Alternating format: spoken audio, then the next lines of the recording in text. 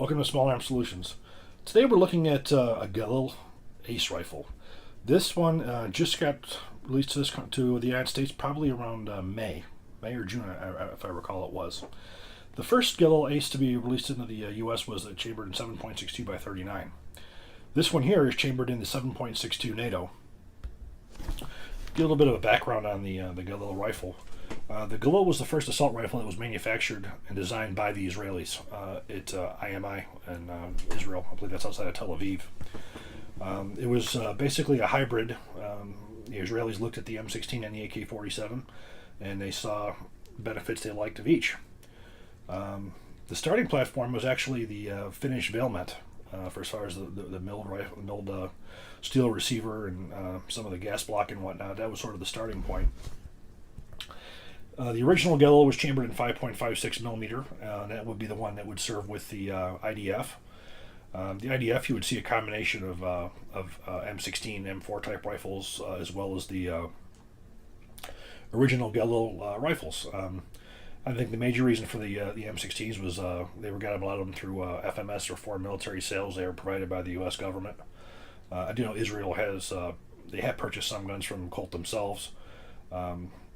But, like any sovereign country, the Israelis definitely wanted to be able to provide for themselves, both ammunition and small arms.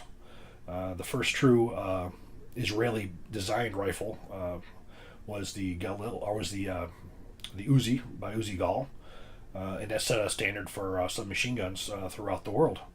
And there's a lot of national pride being the fact that the Israelis were providing their own small arms. Not to mention, IMI opened up its own manufacturing facility for ammunition as well.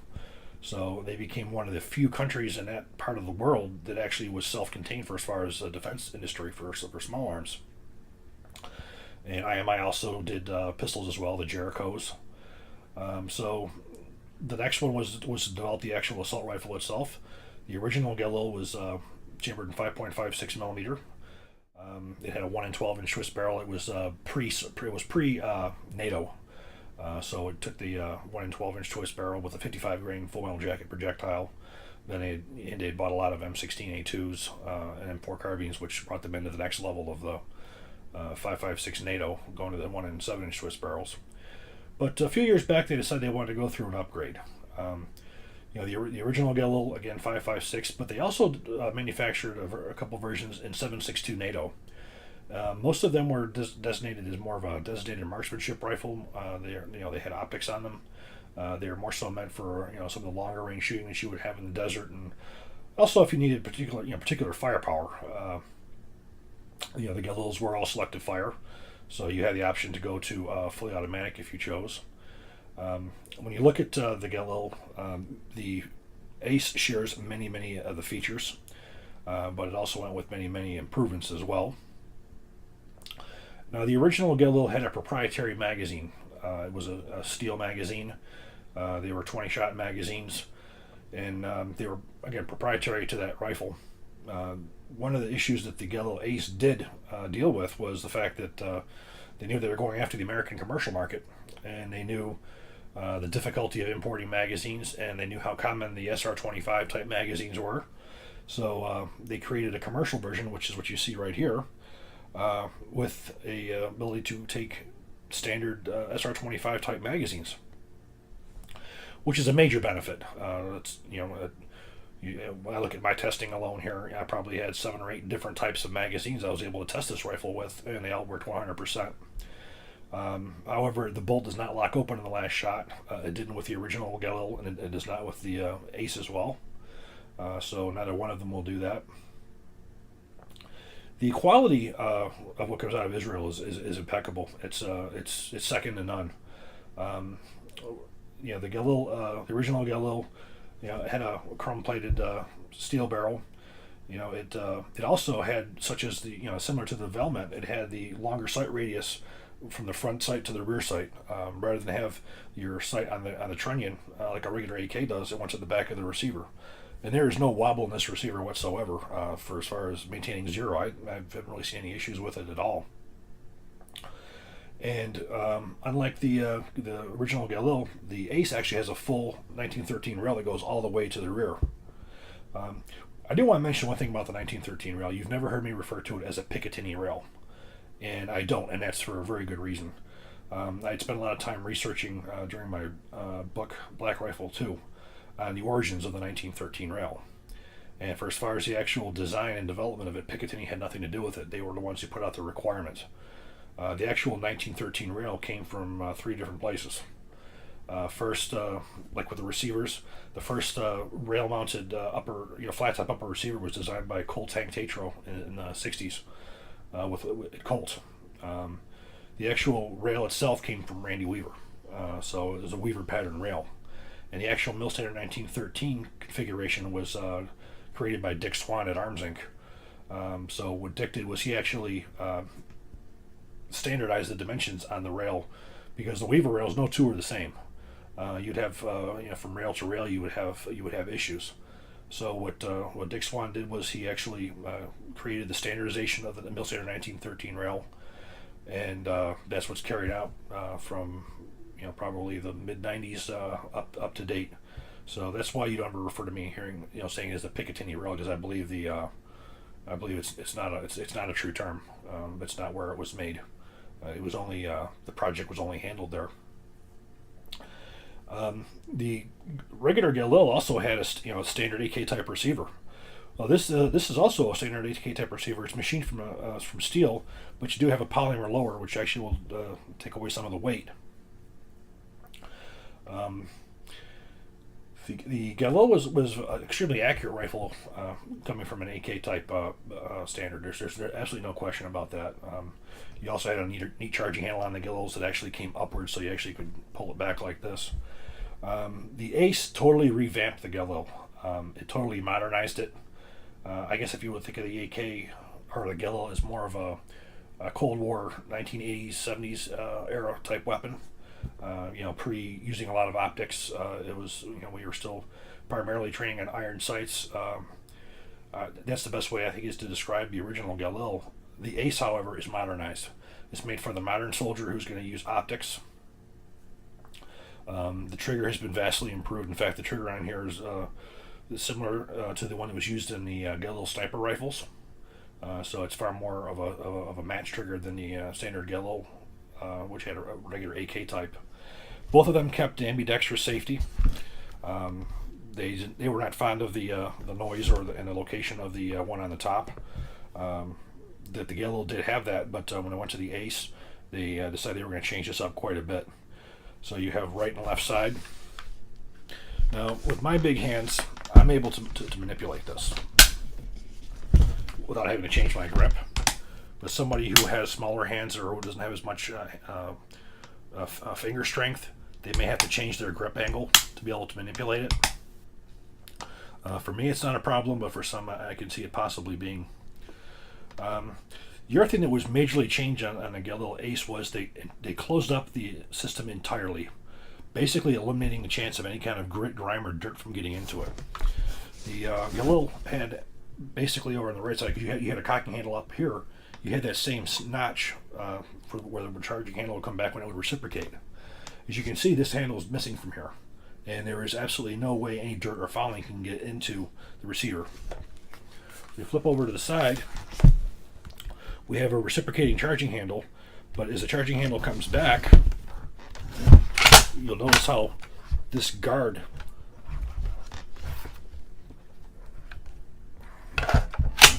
will go up and down. It drops down, so it only opens long enough for the bolt to actuate, but then it covers right back up again. Now, the bolt does not actually lock open. If you notice, it's locked open right now on the PMag, but you'll notice as soon as I remove the PMag, so not all magazines will it do that with, but as soon as as far as this last shot, it will stay back. The bolt will actually catch on the follower itself. And as soon as it's released, the follower will release the bolt to go forward. So generally, you're not going to have any clicks on these. You'll actually know when it's empty. The magazine release is ambidextrous. It's actually on both sides. The charging handle is extremely smooth. The barrel itself is an excellent. It's a cold hammer forged barrel, chrome plated. Unlike the Galil ACE and 7.62x51mm, this one utilizes a muzzle brake instead of a flash suppressor. I have to say this rifle was a pleasure to shoot. If you compare it to most of the 7.62 rifles out in the industry, I mean, I think it's definitely it's a lot more comfortable to shoot than a G3 or a FAL. Some AR-10s can be, depending on who manufactures them, they can even have some whack to them, but this was a very, very, very comfortable rifle to shoot. For as far as ammunition was concerned, this one liked everything. It had everything from Black Hills Match to ZQI full metal jacket to HSM full metal jacket, SIG 168 grain match ammunition. We fired many different kinds of ammunition out of this thing, and it never skipped a beat. I will say, if you're a reloader, could be a little bit difficult on you because it does number on the brass. You definitely get a good mark from it striking the top cover here. It gets banged up pretty bad. I don't imagine you'd have problems loading it once or twice, but I don't think I'd want to do it much more than that. The iron sights are excellent. You actually have on here a tritium vial on both the front, and you have two on the rear. So basically you have night sights on this. And tritium's got a half-life of 5 years, so that's really a nice benefit, that you actually have the ability to have tritium sights that come with it as standard equipment. The rear sight is a typical M16 style sight. You have your small short range, your small long range adapter, and you have a larger one for shorter range. Elevation's done all in the front, and windage is done in the rear. It actually comes with a tool. Looking at the stock, unlike the original Galil had a side folding, more of a skeleton type stock. The stock on the Galil ACE side folds as well, but it doesn't lock in place. You can actually grab it and re-engage it. You have a cheek riser that's removable. This is for use with the optic. The optic I chose on here was a DI optic Ray 1. I shot closer range with this one. It was only about 75 yards. So the cheek riser, if you're used to using iron sights, you would remove the cheek riser. And the rear stock is like the M4 M16, where you have multiple positions. So you have that capability as well. The pistol grip is extremely comfortable, even for somebody who has big hands like me. I think it's quite comfortable. You do have some weight savings to go with it as well. Magazines. I tested several magazines with it. It comes with a Magpul PMag. So it was tested with the Magpul PMag. It was tested with the Magpul PMag 25 round. I had a D&H Tactical 20 round steel, a Knights Armament steel magazine. I also had the Lancer L7, and I had a C Products Defense 20 round steel as well. And I'll tell you, from all of those, not a single malfunction with any of them, with any of the types of ammunition. It's what you would come to expect out of IWI. The Israelis did an incredible job on this. Another thing that separates this from the Galil was your ability to have rail segments. Basically, what we do is we push downward on the rail, and we slide this right off, and now we have an actual rail segment. We have three of these. You have one on the 6 o'clock, 3 o'clock, and 9 o'clock. You also see there's a pressure pad on here as well. So you actually can have a flashlight on here, run the pad through the slot here, and actually use a pressure pad. But this goes all the way around. So if you want a vertical pistol grip, or if you want to have a bipod, you have the ability to do all of that, which again, with the original Galil, you didn't have any of that. So it truly brings the Galil into the new century, allowing you to use all of the high-speed equipment that you could possibly want.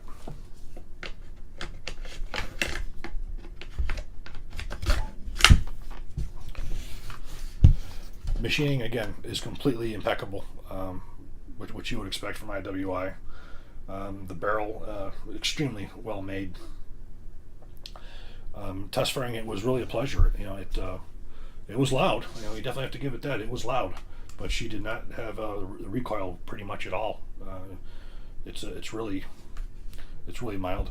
What we're gonna do now is we're gonna disassemble it, because there's some interesting things in the inside to take a look at as well. It actually disassembles the same way as any Galil would. Push inward on the recoil spring and lift that right out. Now, a significant effort was made on the part of this rifle to seal it up to keep dirt, crud, and mud from getting out.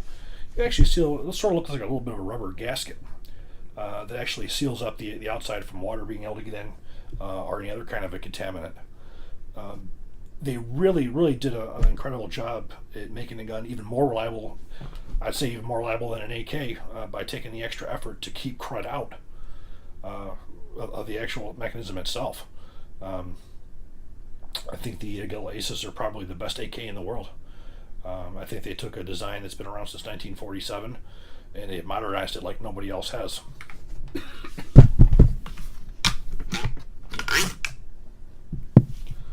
Back on the bolt.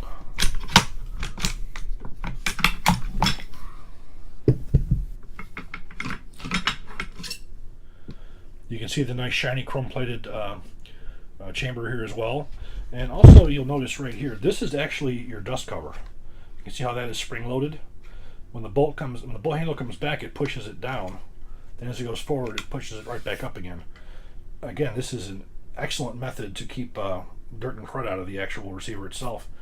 The trigger mechanism itself, this is not your typical AK trigger. This is more of a I'd say more of a match grade type trigger, like they've had on their the sniper rifles. It's a beautiful release, very comfortable, very little creep. It's excellent. And something else that you can do with the Galil that you can't with too many other rifles is, as you can see now, the hammer is forward. Yet I can still put the safety on. This is one of the very few rifles that are out there that you can actually put the safety on with a hammer forward, and that's really that's a pretty cool thing. Machining, as you can see, is completely flawless. Did a beautiful job. Now, there are several components that are made in the U.S. so it complies with 922R. I'm not exactly sure which components those are. That's a good question for IWI. But I want to show a little bit more here too. You can see the chrome-plated piston here. Very well made. The bolt is typical, AK type bolt, yet much better made. Also, to deal with the fact that you're firing .308 Winchester ammunition in here, which may or may not have mil-spec type primers in them. What can happen is if you have a very light primer on a semi-automatic rifle, just the inertia from the bolt closing, there could be enough energy on that firing pin to set off a cartridge, and that's basically called a slam fire. It's not very safe. So many of the AK type rifles, you can encounter that. I had an SKS go full auto on me with a box of Winchester ammunition one time, because of that issue. Now what IWI did was they actually made a spring-loaded firing pin. So there's a very heavy spring in here that does not allow that to go all the way forward unless you get a really good smack from the hammer. So what this does is it protects you. So if you were to get commercial ammunition with light primers, you're not going to have to deal with any issues of slam fire. Again, very well thought out in the design. I said most AKs, very rarely will you ever find one with a spring-loaded firing pin. But I do believe with this rifle you would be able to put an optic on it. You probably would definitely have a 600-yard gun at minimum range with it. Just take a little bit of getting used to. The front sight block here, the gas block, as you may or may not be able to see, this is all chrome-plated in the inside as well. Again, with a good hammer forged barrel, this rifle is going to have some longevity to it. There's no question it's going to have some longevity to it. The way everything fits together, even though you have parts that are removable, they fit on nice and tight, so it's not really going to affect your point of aim or your shifts very much. Quite frankly, this return to zero I think is more, I don't think it's very practical. Most of the time when you remove something and put something back on, you'll be close, but as far as being perfect, I don't think it's very realistic. There's very few guns that you can do that with, because all it takes is something very minute to change. But up here where you're going to put thermal night vision, or you're going to put a camera, or you're going to put lasers, I don't think you're going to have any issues whatsoever. Again, everything is just extremely well made. You do pay for that. This is nearly a $2,000 rifle, but it's not like a typical AK. You know, this is you're paying for a lot of workmanship. You're paying for a lot of good R&D.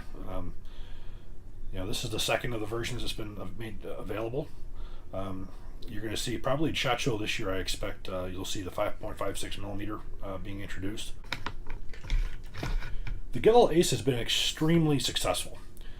They've landed some very good government contracts throughout the world. In fact, the 7.62x39 version of the Galil, in fact similar to the one that we showed you earlier, that one actually has been adopted by the Vietnamese Army. So they're actually manufacturing these in Vietnam. Also, the Chilean Army has also adopted version of the 5.56. The Chileans have adopted one that takes the standard M16 M4 type magazine. Colombian military has adopted them as well. So you've had quite a few very good sized militaries who are looking at this and who bought them. Another one that's been major is the Indian Army. The Indian Army has had a weapons replacement program going on for quite some time, and all the major players have been involved with that. Colt, HK, FN. And in the end, the Indians chose the Galil.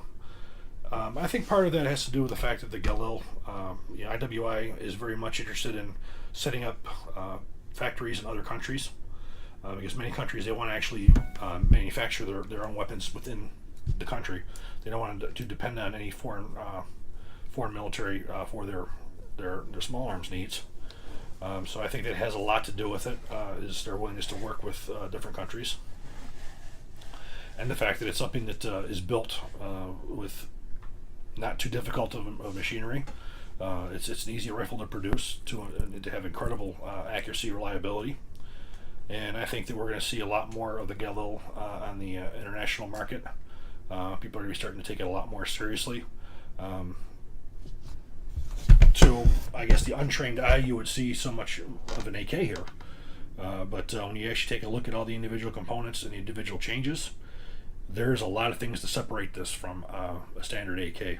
I think it definitely took the better parts of the AK and combined it with a lot of new innovations.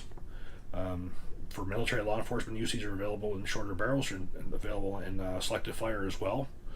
This will be very interesting to fire in selective fire, because with that muzzle brake on there and how controllable the recoil was, I think this will probably be a fairly comfortable rifle to shoot with this heavy caliber and fully automatic. Well, we're now going to take it to the range, and we're going to see how it shoots, and we're going to try some different magazines. The Galil ACE really revamped the entire Galil product line. The original Galils were available in 5.56 and 7.62 NATO. The rifle that we have here is actually one of two different variations in 7.62 NATO. This particular one was the one that was introduced to the American public, which utilized a standard SR-25 AR-10 type magazine, as opposed to the standard Galil 7.62x51mm magazine. Those magazines are a lot more rare in the U.S., hard to get a hold of. So it definitely made much more sense to go with the more common SR-25 type magazine. We have a few different ones that we're going to put through it, a few different kinds of ammunition as well. This ammunition here is in a standard nice armament SR-25 magazine. This is the SIG ammunition, their 168 grain match hollow point. You also notice there's a muzzle brake on here too, instead of an actual flash suppressor.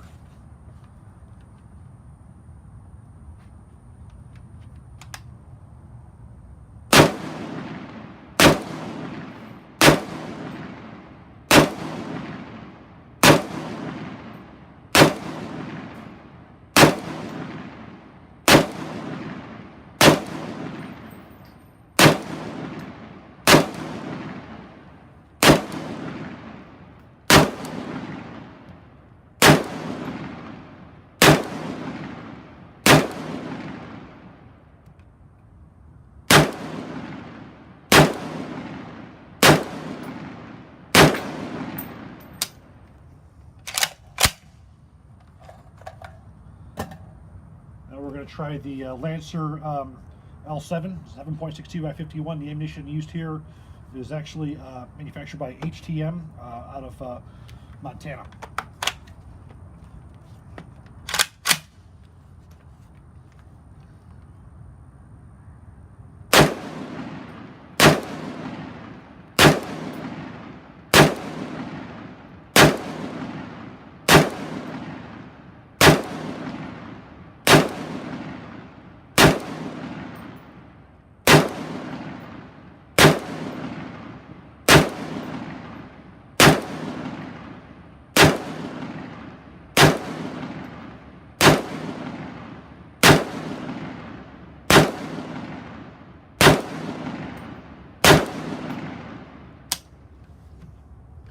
Recoil is extremely moderate for a 308.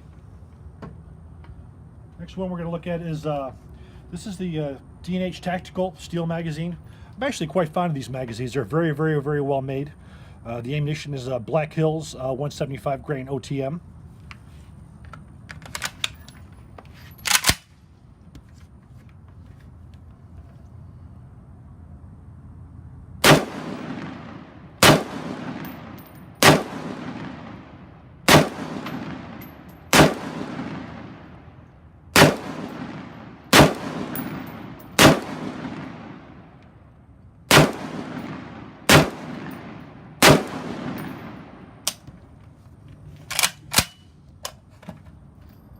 Next one we're going to try is the PMag.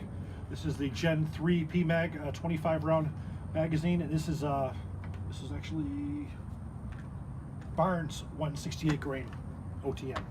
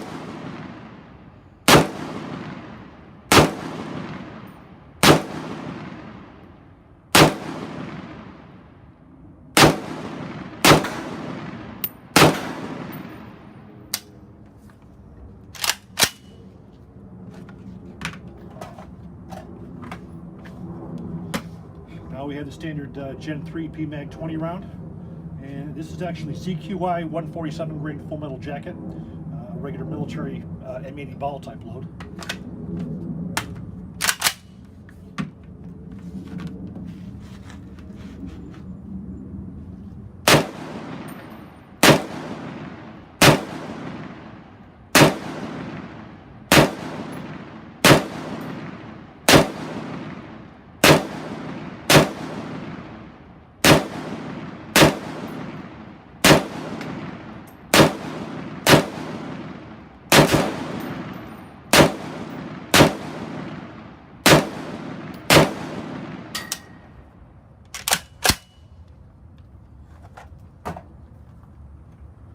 This is another one of the Lancer L7s with Black Hills 175 grain OTM.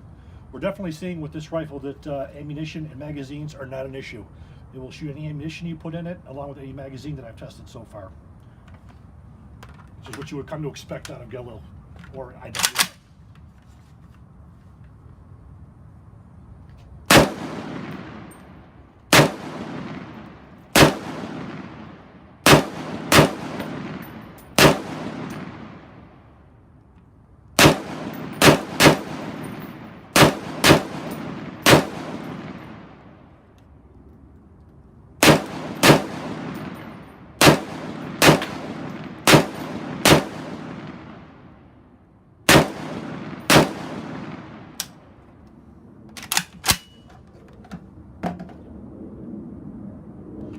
Last, we're going to fire off a few rounds. This is another one of the Lancer L7s.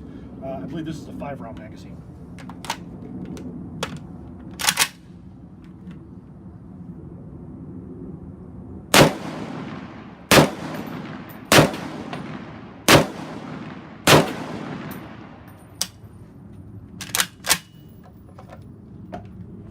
overall, a beautifully shooting rifle. For as far as the recoil is concerned, for a 7.62 NATO, it is really, really moderate. The optic chosen on here is a DI Optical Rave 1. It's an excellent. I sort of view this rifle much more of the role as a combat rifle or as an assault rifle versus a sniper type rifle. And that's how I'm shooting it right now. I'm shooting it with a reflex type sight on it. I'm shooting it at close range. It's definitely going to have a hefty price tag, but they did an excellent job, and you do get what you pay for when it comes to IWI. And I'm sure the Galil is going to go far, ACE, throughout the world in the international market. Well, I hope you enjoyed this video. If you have any questions, please leave me a comment. I'll try and get back to you. If you enjoyed the video, please click like and please subscribe. Thank you.